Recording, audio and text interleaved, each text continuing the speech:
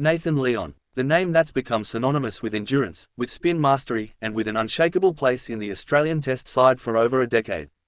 Yet, in Jamaica under the floodlights of Sabina Park, for the first time in 12 years, he watched from the sidelines, fully fit, but not selected. It was a decision that raised eyebrows and stirred conversations around selection, tradition, and tactics. But to understand its weight, you have to understand the man himself, the journey, the resilience, the evolution. Go back to 2013.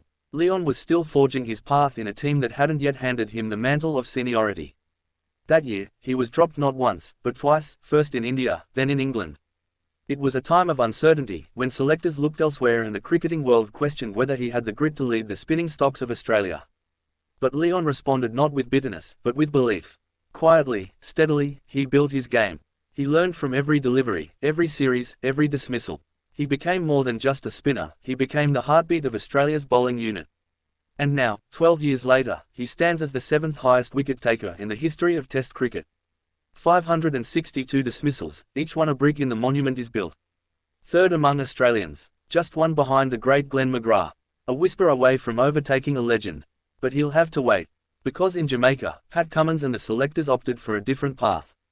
Pink ball, night skies, seam-friendly pitch, and all-pace attack. Scott Boland was handed the opportunity, his first Test appearance since January.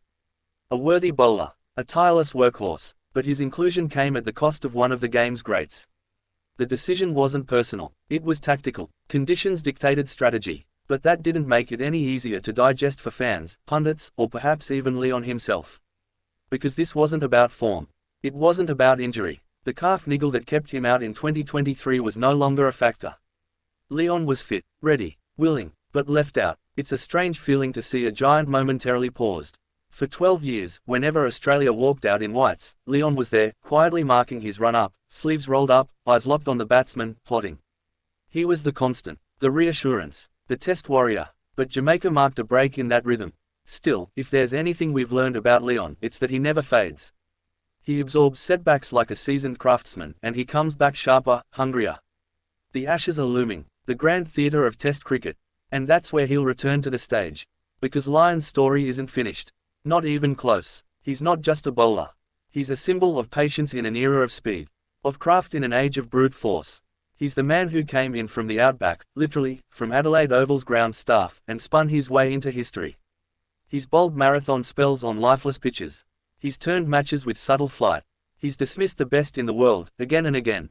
And yet, there he was in Jamaica, wearing the bib, clapping from the dugout. A reminder that even giants must occasionally wait. It's a strange irony. A man chasing history, halted not by age or injury, but by conditions and calculation. But it also speaks to the depth Australia now commands. That they can leave out a player of Lyon's stature and still field a deadly attack. Still, there's something poetic in knowing that his next wicket will almost certainly lift him above Glenn McGrath. A seam bowler overtaken by a spinner.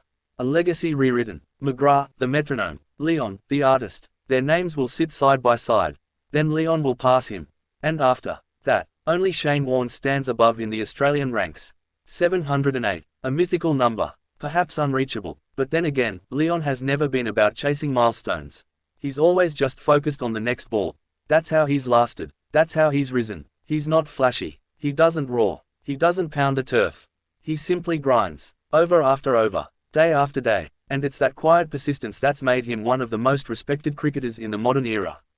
When he speaks, it's with humility. When he plays, it's with clarity. And when he's dropped, as rare as it is, he doesn't lash out. He waits. He prepares. Because he knows his time will come again. It always does. In this Jamaican Test, the pink ball dictated pace. The strategy was built on swing and seam. And Lyon, the spinner, watched as the game unfolded. But the Summer's Ashes series will bring different conditions. Longer days. Older balls. Pitches that tire. That's where Lyon thrives. When the tracks crumble. When the game stretches. When the pressure mounts. That's when Lyon weaves his web. So don't mistake absence for decline. Don't let one match rewrite 12 years of excellence. He will return. And when he does, another batter will fall. And then another. And another. Until that number ticks past 563. And then past 600. And maybe, just maybe, the chase for Warne begins in earnest. Because if there's one thing Nathan Lyon has taught us, it's that greatness doesn't always shout. Sometimes, it just keeps turning. Relentlessly. Unforgettably.